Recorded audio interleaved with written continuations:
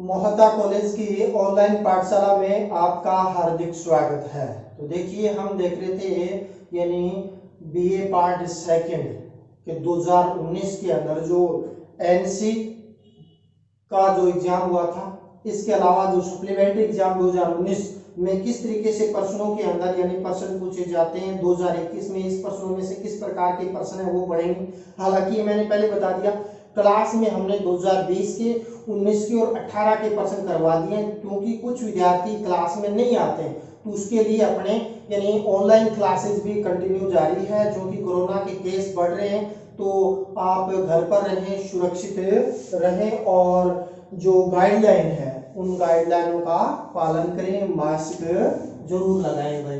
तो चलो अपने देखते हैं, आज हम 2019 में जो एनसी के अंदर है 2019 प्राइवेट छात्रों में बीए पार्ट सेकंड के जो पेपर आया, और इसके आधार पर 2021 में जो इंपॉर्टेंट प्रश्न बनते हैं उन प्रश्नों पर भी हम डिस्कस करते हैं। तो सर्वप्रथम यानी हमने इससे पूर्व 2019 के अंदर देखा था कि जलवायु वाले टॉपिक में मावट पूछा गया था। इसमें पूछ लिया कोपन के अनुसार बांसवाड़ा का जलवायु प्रकार कौन सा है।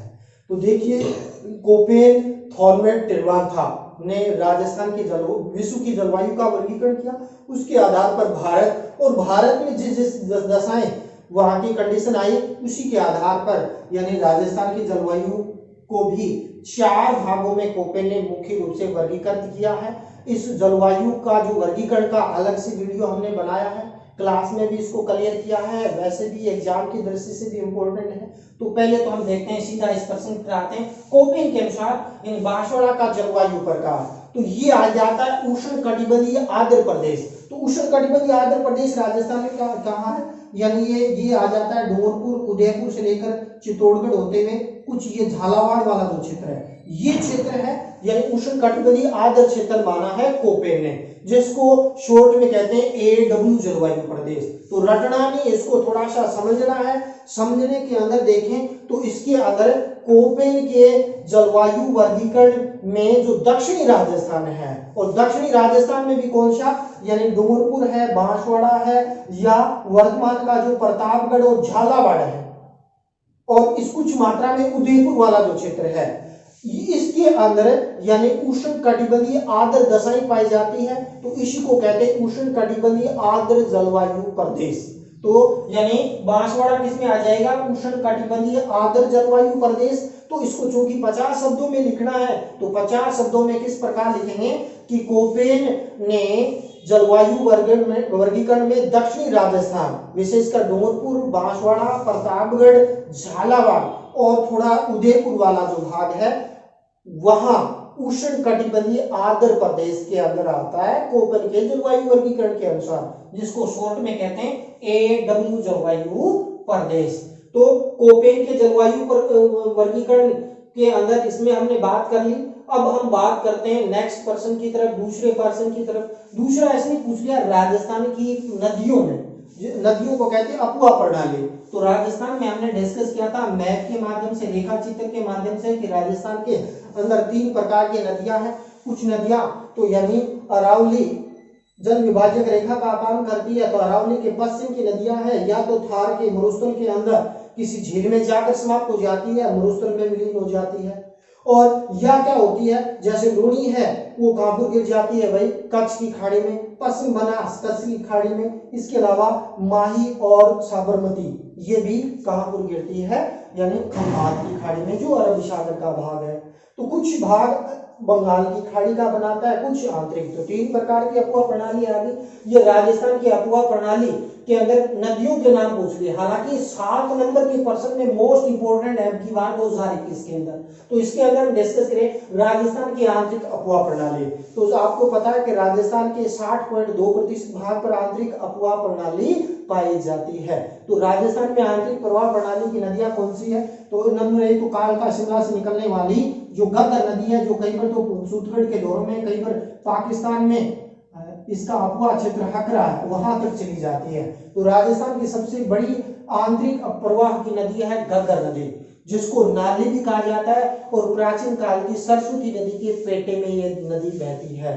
जो हालांकि आंतरिक अपुआ प्रणाली की नदियों की लंबाई नहीं होती, फिर भी अमूमन 465 किलोमीटर लंबी है ये घग्गर नदी। तो एक नंबर पर होगी घग्गर नदी। दूसरी नदी होगी भाई सीकर की खंडेला की पहाड़ियों से निकलने वाली कौन सी, कांकली नदी। तो कांकली नदी है, यानी सीकर की खंडेला की पहाड़ियों से इसकी उत्पत्ति होती है, सीकर से झुंझुनू में बहती हुई, और ये कहाँ, चूरू में पहले बताते हैं कि राजगढ़ का जो रड़ुआ गांव है, रड़ुआ गांव की रोही तक आती थी। ये क्या कौन कहता है, चूरू का जो शोध ग्रंथ है वो कहता है। तो जो कांकली नदी कहाँ से निकलती है, सीकर की खंडेला की पहाड़ियों से कहाँ गिरती है, यानी सीकर झुंझुनू में बहकर चूरू की सीमा पर समाप्त हो जाती है। अब ये चूरू में प्रवेश नहीं करती है, क्यों, क्योंकि इसके अपवा क्षेत्र का हमने अतिक्रमण कर लिया, जिसके कारण ये चूरू की सीमा से पहले ही समाप्त हो जाती है। तीसरी नदी हम देखें, जैसलमेर की कोंडरी ग्राम की पहाड़ी से निकलने वाली यानी कांकणी नदी। कांकणी नदी है 100 किलोमीटर बहने के बाद भुज झील के अंदर प्रमुख रूप से क्या है, गिर जाती है। इसके अलावा यानी ये जो सांबर झील है, सांबर झील के अंदर भी कुछ छोटी नदियां हैं जो जाकर, जैसे यदि हम बात करते हैं रूपनगढ़ है, खारी है, खंडेला है, मेढा है, ये नदियां यानी जयपुर के आसपास के क्षेत्रों से निकलती है, और वहां से निकलने के बाद यानी सांबर झील के अंदर प्रमुख रूप से गिर जाती है। तो रटने की आवश्यकता नहीं। तो इसी प्रकार शाबी नदी है, वो भी शेवर की पहाड़ियों से निकलकर बैरोड, अलवर, तिजारा होते हुए हरियाणा में गुड़गांव के आसपास मुख्य रूप से समाप्त हो जाती है। इसी प्रकार बाणगंगा है, उसको भी पहले हालांकि यमुना में मिलती थी, आजकल ये भी रुंडित नदी है। देखो प्रश्न इस प्रकार से भी प्रश्न पूछ सकता है कि रुंडित नदी पर टिप्पणी लिखिए। तो रुंडित नदी है जो यानी आपने अपवा क्षेत्र को यानी वर्षा के अंदर अपने आसपास क्षेत्र में बिखेर देती है, और जो बाणगंगा नदी है जिसको अर्जुन की गंगा कहा जाता है वो कहलाती है यानी रुंडित नदी।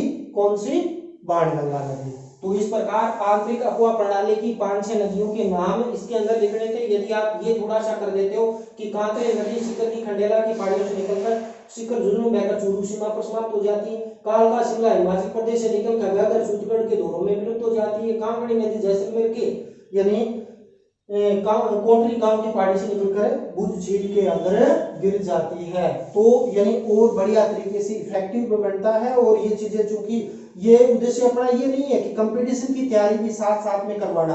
तो लू है, मावट किसे कहते हैं, या गाय की नस्लें, भेड़ की नस्लें, या राजस्थान का जो लिग्नाइट कोयला है उसका क्या नाम है, कहाँ कहाँ पाया जाता है, धात्विक खनिज।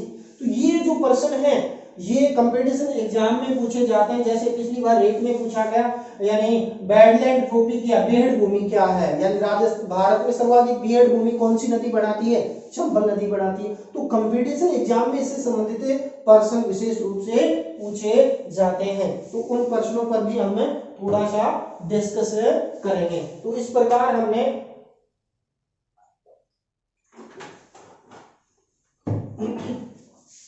राजस्थान की आंतरिक अपवा प्रणाली के बारे में डिस्कस कर लिया। अब हम बात करते हैं माही बजाज सागर परियोजना।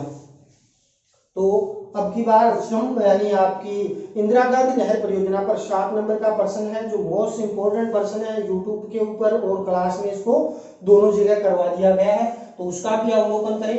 तो यदि हम देखें माही बजाज सागर परियोजना पर, चूंकि ये 2 नंबर का है तो सटीक उत्तर देना है। इसके अंदर यानी शब्द सीमा वही 50 से 60 शब्द इसके अंदर होने चाहिए। तो इसके अंदर यानी हम देखना चाहें तो जो माही नदी कहां से निकलती, यानी मध्य प्रदेश से निकलती है, और बांसवाड़ा का जो खातू गांव है वहां से प्रवेश करते हुए और ये डोंगरपुर बांसवाड़ा की सीमा बनाते हुए अंत में कानपुर चली जाती, गुजरात में चली जाती है। तो बांसवाड़ा के अंदर देखें तो खादू गांव से प्रवेश करने के बाद थोड़ा अंदर जाते हैं, 16 किलोमीटर दूर जाने पर एक यानी यहाँ का बोरखेड़ा गांव आ जाता है। तो बोरखेड़ा गांव के अंदर यानी आदिवासी क्षेत्रों के विकास के लिए यानी 1966 के अंदर इसका यानी उद्घाटन उसमें यानी प्रमुख रूप से क्या है इसका किया गया। तो यानी सीधी सी सटीक सा उत्तर देना है कि जो दक्षिणी राजस्थान में या आदिवासी क्षेत्र में सिंचाई पेयजल विद्युत उपलब्ध करवाने वाली जो बहुउद्देशीय परियोजना है, जो माही नदी पर बजाज सागर बांध कहां बोरखेड़ा गांव बांसवाड़ा के अंदर स्थापित किया गया है, जिसके कारण बांसवाड़ा के आसपास वाले क्षेत्रों में न केवल सिंचाई उपलब्ध होती है, पेयजल तथा यानी विद्युत का उत्पादन भी किया जाता है। तो वो जो परियोजना है माही बजाज सागर परियोजना के रूप में जाना जाता है। इसको भी हमने यानी डायग्राम रेखा चित्र के माध्यम से यानी समझा था, तो रटने की आवश्यकता नहीं है कि आदिवासी क्षेत्रों में सिंचाई पेयजल जल विद्युत उपलब्ध करवाने वाली बहुउद्देशीय नदी घाटी परियोजना है माही बजाज सागर परियोजना। और माही बजाज सागर परियोजना यानी बांसवाड़ा जिले में बोरखेड़ा गांव पर एक बांध बनाया गया है और उस बांध से विद्युत उत्पादन भी होता है, उसमें सिंचाई के काम से नहरें भी निकाली गई है और पेयजल के लिए उपयोग किया जाता है। तो ऐसी जो घाटी परियोजना है वो माही बजाज सागर परियोजना के रूप में जाना जाता है, जिसमें राजस्थान और गुजरात की यानी दोनों की संयुक्त भागीदारी है, लेकिन विद्युत राजस्थान ही इसका उपभोग है वो सारा का सारा करता है। 45-55 का रेशियो है दोनों के अंदर।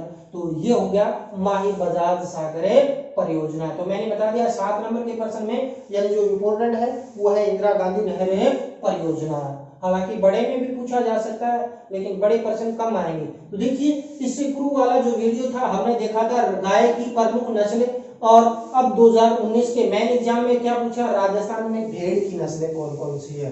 तो भेड़ की नस्लें हैं राजस्थान में पशु संपदा का हमने अलग अलग भेड़ों पर अलग बनाया है। गाय की प्रमुख नस्लें कौन कौन सी है, या जो अन्य पशु है अपना राजस्थान का विरासत पशु ऊंट के बारे में भी अपने अलग से वीडियो बनाया है, तो अब उनका भी हम अवलोकन आप कर सकते हो। तो उसका लिंक है मैं उसके अंदर डाल दूंगा, तो उसको भी आप विस्तार से देखें। तो राजस्थान में भेड़ की कौन कौन सी नस्लें पाई जाती है। तो सर्वप्रथम जो कि अपने शेखावाटी क्षेत्र से आते हैं वहीं से इस प्रश्न के अंदर देखते हैं। तो नंबर 1 भेड़ आती है शेखावाटी। शेखावाटी भेड़ कह दो या इसको कहते हैं चौकड़ा भी इसी का नाम है, छापरी भेड़ भी इसको कहते हैं, और भारत की मैरिनो के नाम से भी जाना जाता है। तो इसमें यानी मैरिनो कहाँ की, ऑस्ट्रेलिया की भेड़ है, और भारत की मैरिनो कैसे कहते हैं, इस शेखावाटी। तो सीकर चूरू झुंझुनू और उसके जयपुर के आसपास वाले बेल्ट के अंदर ये भेड़ है वो प्रमुख रूप से क्या है, ये भेड़ पाई जाती है, जिसका रेशा थोड़ा मुलायम होता है, ऊन थोड़ी लंबी होती है, और यानी ये जो भेड़ आ जाती है कौन सी, शेखावाटी भेड़। दूसरी बात हम बात करते हैं, दूसरी जो भेड़ आ जाती है उसको कहते हैं यानी बीकानेरी चौकला, या जिसको कहा जाता है मगरा या चक्री। ये रीट के अंदर प्रश्न पूछा गया है, पटवारी एग्जाम में आया, मगरा किसकी वंश है, भेड़ की, गाय की, इस प्रकार से दे दिया। तो मगरा, चक्री या बीकानेरी चौकला, ये बीकानेर के आसपास वाले क्षेत्रों में ये जो भेड़ पाई जाती है, और हमने एक एक भेड़ का डायग्राम, कौन सी भेड़ कहाँ क्षेत्र में क्या विशेषता है उसके बारे में डिस्कस किया था। इसके अलावा जैसलमेर भेड़ जैसलमेर के आसपास क्षेत्र में पाई जाती है। मारवाड़ी भेड़, तो मारवाड़ यानी हमने डिस्कस किया, मारवाड़ी भेड़ मारवाड़ क्षेत्र में पाई जाती है, और मारवाड़ी भेड़ की सबसे बड़ी विशेषता है रोग प्रतिरोधक क्षमता, इसकी सर्वाधिक देखने को मिलती है। इसके अलावा सोनाड़ी या चनोथर, यानी जिसके कान लंबे होते हैं, लटकते हुए जाते हैं, इसलिए इसको चनोथर कहा जाता है। इसका दूसरा उपनाम है यानी सोनाड़ी। इसके अलावा यानी आपके जालोर के आसपास वाले क्षेत्रों में खैरी भेड़ भी पाई जाती है। तो ये भेड़ की प्रमुख नस्लें आ जाती है। तो ये हमने देख लिया भेड़। अब आता है लिग्नाइट कोयला उत्पादन क्षेत्र। तो राजस्थान में सारा का सारा कोयला 4 प्रकार का होता है। इसके अंदर यानी एंथ्रास यानी पिट, लिग्नाइट यानी बिटुमेन, एंथ्रासाइट। तो राजस्थान के अंदर लिग्नाइट किस्म का कोयला पाया जाता है, जो हालांकि हल्की किस्म का है, धुआं अधिक देता है, कार्बन की मात्रा यानी लगभग 40 से 45% इसमें होती है, जिसके कारण धुआं ज्यादा देता है। क्योंकि अपने राजस्थान में लिग्नाइट कोयले का निर्माण कैसा हुआ कि पश्चिमी राजस्थान के अंदर सरस्वती नदियां बहती थी, और इस क्षेत्र के अंदर समुद्र था और समुद्र के डेल्टाई क्षेत्र में सघन वनस्पति थी और नीचे दबने से जो कम दाब लगा तो ये अपना लिग्नाइट कोयला बना। बाड़मेर क्षेत्र में जो तेल निकल रहा है उसमें ताप दाब ज्यादा हुआ तो अवसादी चट्टानों में क्रूड ऑयल इकट्ठा हो गया। तो उसके बारे में भी हालांकि आगे हम प्रश्नों पर डिस्कस करेंगे। तो पहले हम देखते हैं लिग्नाइट उत्पादन क्षेत्र। तो पहले तो लिग्नाइट है क्या? तो लिग्नाइट को ही क्या कहते हैं? भूरा कोयला कहते हैं। और इस भूरे कोयले में कार्बन की मात्रा 40 से 45% इसके अंदर प्रमुख रूप से होती है, जिसके कारण धुआं ज्यादा होता है। राजस्थान में लिग्नाइट कहाँ पाया जाता है?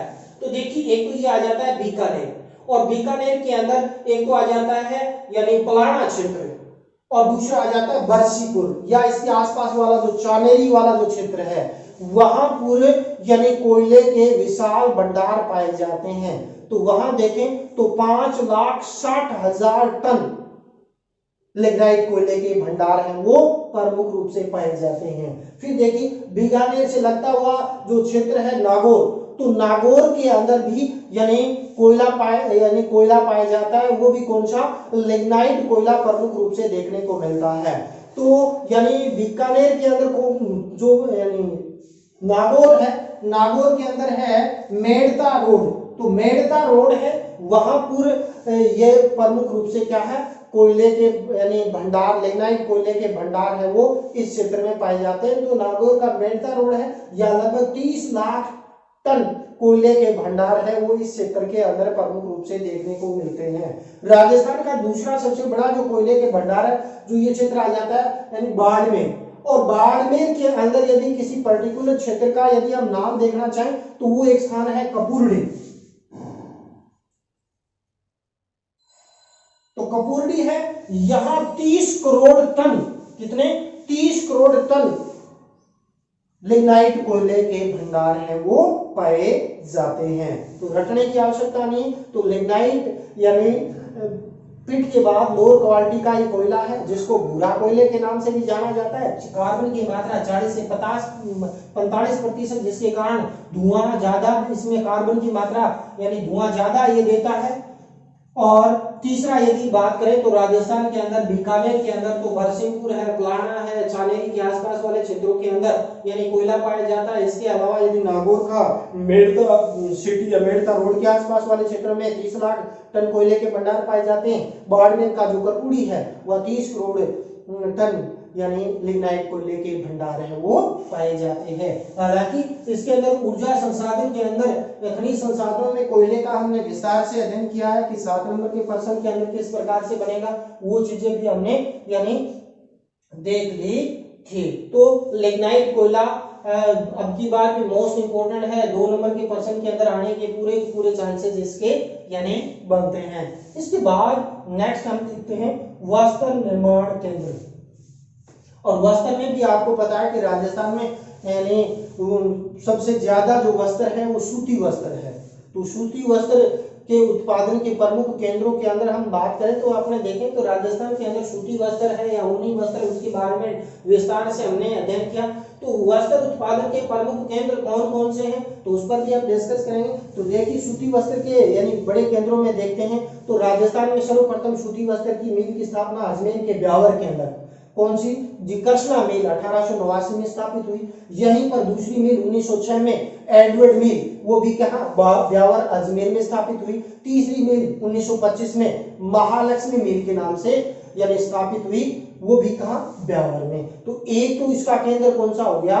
ब्यावर, जिसमें प्रमुख रूप से 3 मिलें हैं, दी कृष्णा मिल्स, एडवर्ड्स मिल्स और तीसरी महालक्ष्मी मिल। तो एक तो आ गया कौन सा भी उत्पादन केंद्र यानी आपका ब्यावर अजमेर। दूसरा यदि हम बात करते हैं राजस्थान का मेन क्षेत्र कहां है भाई? भीलवाड़ा। और भीलवाड़ा के अंदर यदि बात करें तो लगभग 14 सूती वस्त्र की मिलें पाई जाती है। राजस्थान में सर्वाधिक यानी जो कपड़ा का उत्पादन होता है वो भी भीलवाड़ा। और 2009 को भारत सरकार ने उसको एक्सपोर्ट का दर्जा दे दिया। यहाँ से सीधा कपड़ा विदेशों के अंदर भी निर्यात है वो किया जा सकता है। तो भीलवाड़ा के अंदर the Mewar textile mill modern group Bhil वहां पर भी यानी इसी के अंदर है, या शूटिंग शर्टिंग मिल वो भी भीलवाड़ा के अंदर स्थित है। तो भीलवाड़ा के अंदर 14 मिलें राजस्थान का मैनचेस्टर कहा जाता है, किसको? भीलवाड़ा को कहा जाता है।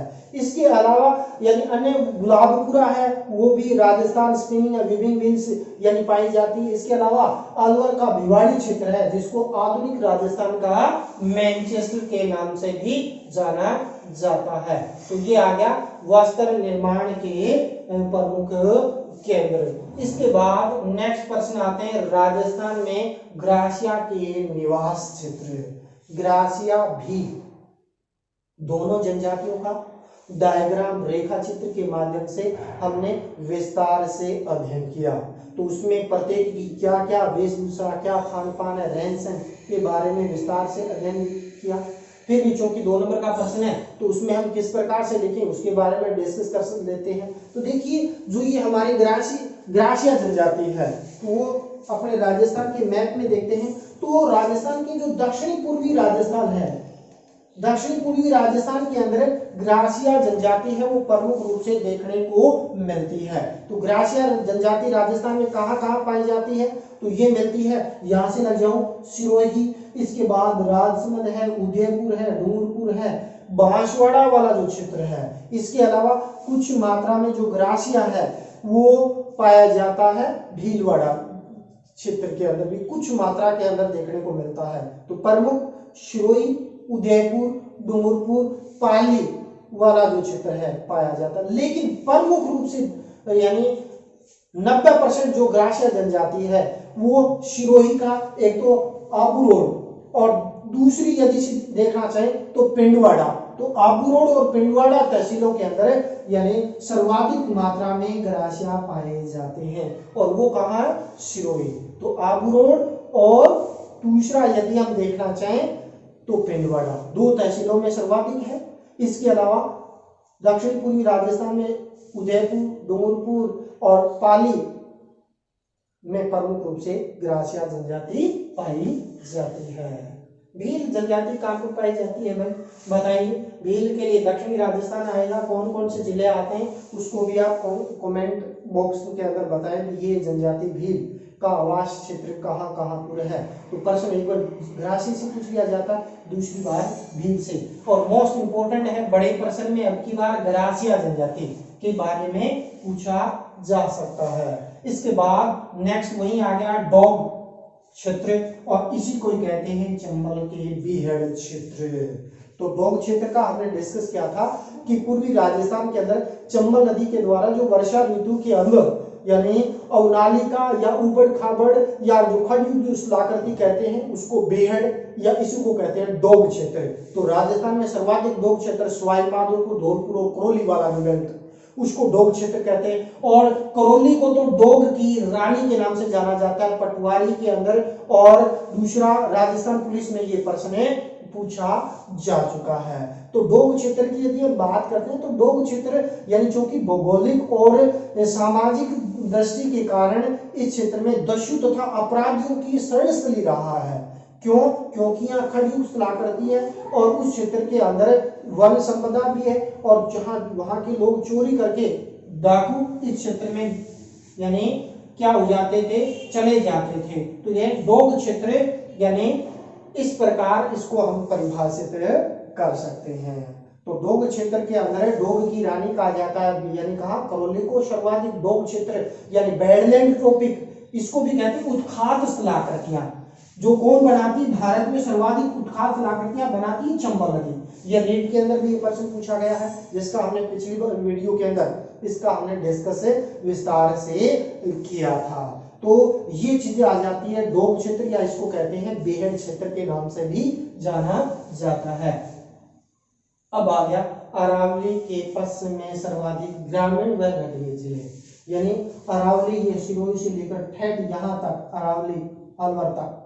तो अलवर या शिखर झुंझुनू का कुछ पार्ट भी इसके अंदर आ जाए। इसके पश्चिम के अंदर यानी 2011 के आंकड़ों के अनुसार यानी सर्वाधिक ग्रामीण जनसंख्या कहाँ पर पाई जाती है और नगरीय जनसंख्या है वो कहाँ पर मिलती है। तो देखिए आपको पता है कि पश्चिमी राजस्थान में प्रतिकूल दशाएं कहाँ मिलती है, जैसलमेर बाड़मेर जो इस क्षेत्र के अंदर मिलती है। तो यहाँ पूरे यानी ग्रामीण जनसंख्या ज्यादा मिलेगी। जैसे 2011 के आंकड़ों का विश्लेषण करें तो यानी लगभग यानी बाड़मेर जो जिला है, बाड़मेर जिले के अंदर यानी 93% लोग क्या है, ग्रामीण हैं। 7% लोग इस शहरों में निवास करते हैं। कहां पर, पर्टिकुलर बाड़मेर जिले के अंदर 2011 के आंकड़ों का विश्लेषण करें। इसके बाद इससे लगता हुआ जो जिला है जैसलमेर, जैसलमेर के अंदर यानी यदि हम देखें तो 86.7% जनसंख्या है।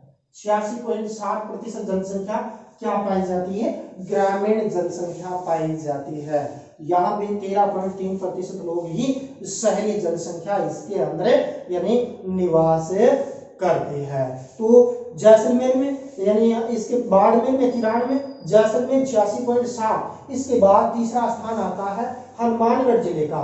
तो हनुमानगढ़ के अंदर यदि हम बात करें तो 80 यानी 7%, यानी 80 पॉइंट जो यानी 60% या कुछ किताबों में मिलता है 80 यानी 3%, यानी लगभग 80% जो जनसंख्या है वो ग्रामीण क्षेत्रों के अंदर निवास करती है। इसके बाद चौथा स्थान यदि हम बात करें तो इसे लगता हुआ गंगानगर आ जाता है 72%।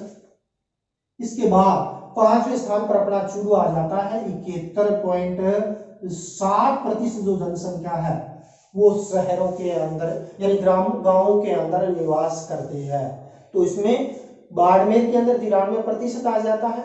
इसके बाद यानी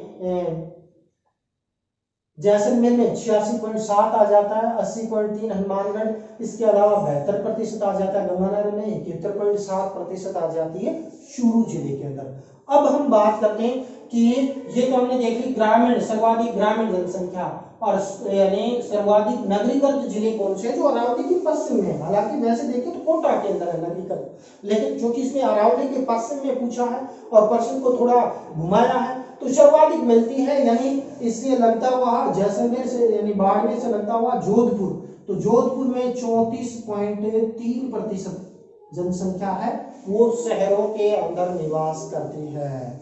क्योंकि उसमें कई इंडस्ट्रियल औद्योगिकरण भी हुआ है। जैसे आपने देखा पीछे अखबारों में पढ़ा, कोरोना के अंदर जो लगने वाली जो वैक्सीन है वो सर्वाधिक यानी जोधपुर के अंदर भारत में दूसरे स्थान पर आता है कि कोरोना की जो वैक्सीन बनाई जाती है अपने जोधपुर में बनती है। तो कई प्रकार का औद्योगिकरण इस क्षेत्र में हुआ है, कई प्रकार की कोचिंग संस्थाएं इसमें हुई है, जिसके कारण जोधपुर के अंदर नगरीकरण द्रुत गति से पिछले 10-15 सालों में सर्वाधिक मात्रा के अंदर हुआ है। इसके बाद दूसरा बात करते हैं बीकानेर। बीकानेर दूसरे स्थान पर आता है और बीकानेर के अंदर नगरीकरण बात करें तो 33.9% जो जनसंख्या है, यानी लगभग यदि हम देखें तो 33.9% जो जनसंख्या 2011 के आंकड़ों के अनुसार देखें तो वो नगरीकृत पाई जाती है। उसके बाद तीसरा स्थान अपने चूरू का आता है और चूरू के अंदर 71.7 थी तो लगभग हो गया 28.3% जनसंख्या चूरू के अंदर नगरों में निवास करती है। और चूरू के अंदर यानी धीरे धीरे नगरीकरण का विस्तार चूरू के आसपास वाले जो बड़े कस्बे उन क्षेत्रों में नगरीकरण सर्वाधिक देखने को मिल रहा है। तो ये हो गया अरावली के पश्चिम में सर्वाधिक ग्रामीण और नगरीय जिले। तो नगरीय जिलों के अंदर नंबर 1 पर आता है जोधपुर 34.3, दूसरे स्थान पर बीकानेर में 33.9, तीसरे स्थान पर आ जाता है चूरू 28.3% आ जाता है। अब हम अंतिम बिंदु की तरफ पूछते हैं। जैसे इसने ग्रामीण नगरीय जनसंख्या पूछ दिया, इसके अंदर छोटे प्रश्न साक्षरता से क्या तात्पर्य है उस पर भी हम थोड़ा सा डिस्कस। हाड़ौती प्रदेश में चंबल की सहायक नदियां, थोड़ा सा प्रश्न को तो यानी हाड़ौ चंबल, ये चंबल और में कौन कौन सी सहायक नदियां यहाँ पर आकर मिलती है तो उस पर भी थोड़ा सा डिस्कस कर लेते हैं। तो यानी काली सिंध नदी है, काली सिंध मध्य प्रदेश के देवास से निकलती है और यानी ये यानी बारा झालावाड़ होते हुए कोटा के लोनेरा नामक स्थान पर है, किसमें मिल जाती है, चंबल नदी में मिल जाती है। तो काली सिंध देवास मध्य प्रदेश से निकलती है, झालावाड़ में मुख्य रूप से प्रवाहित होते हुए अंत में चंबल में मिलती है। इसके बाद पार्वती नदी है, और पार्वती नदी भी क्या है, यानी यानी का उद्गम सीहोर जो मध्य प्रदेश के अंदर है, और 12 जिले यानी पार्वती नदी ये तो निकलती है यहाँ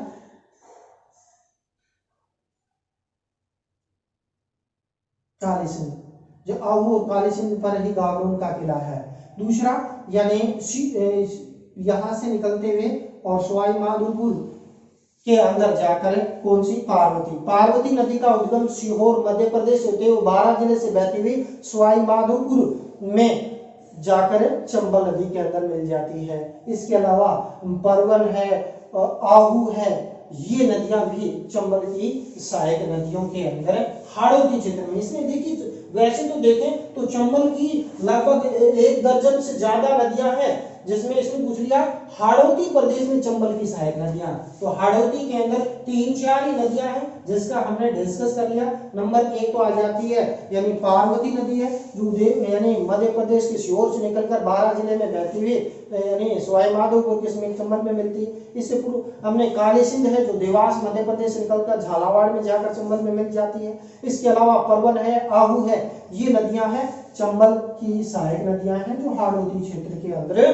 प्रवाहित होती है। तो ये तो हो गया अपना ये प्रश्न। अब थोड़ा सा डिस्कस कर लेते हैं ये साक्षरता से क्या तात्पर्य है। तो साक्षरता से किसे कहते हैं, यानी 7 या 7 से अधिक वर्ष का वह व्यक्ति बच्चा जो पढ़ने लिखने जानता हो, वो बेसिकली क्या है, साक्षरता। ये न्यूनतम क्राइटेरिया है, तो वो साक्षरता कहते हैं। हालांकि साक्षरता का हमने विस्तार से अध्ययन पूर्व वीडियो के अंदर किया है। इसके अंदर यानी अब की बार मोस्ट इंपोर्टेंट है मृदा, मृदा या मिट्टी किसे कहते हैं।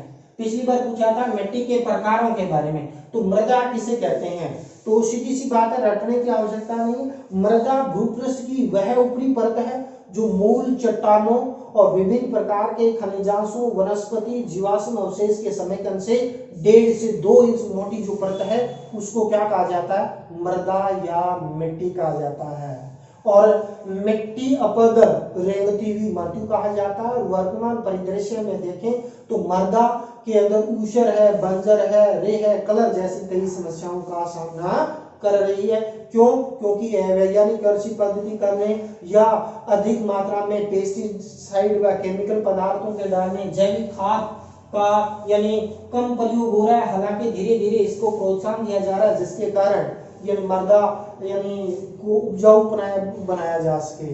जैसे किसान का मित्र केचुआ है, उसको जैविक खाद डालेंगे तो उसके अंदर क्या होगी, वृद्धि होगी। और भारत का जो केरल राज्य है इन 2015 में ही पूर्णतः जैविक खाद का उपयोग करने वाला राज्य है। राजस्थान के डूंगरपुर जिला में भी यानी जैविक खाद पूर्णतः प्रयोग करने वाला जिला बन गया है डूंगरपुर। तो ये हो गया अपने यानी 2019 का जो प्राइवेट का 2019 में एग्जाम आया उसका हमने डिस्कस किया। इससे पूर्व जो सप्लीमेंट्री एग्जाम 2019 के अंदर, तो इन प्रश्नों को किस प्रकार से आपस में तुलनात्मक कर और उसके आसपास वाले जो प्रश्न बनते हैं उसका हमने विस्तार से डिस्कस किया। इसके बाद अगले वीडियो में अपने एक नए यानी पेपर के साथ उसके बड़े प्रश्नों पर भी डिस्कस करेंगे। और इसी के साथ आज का वीडियो अपने यहीं समाप्त करते हैं। जय हिंद, जय भारत।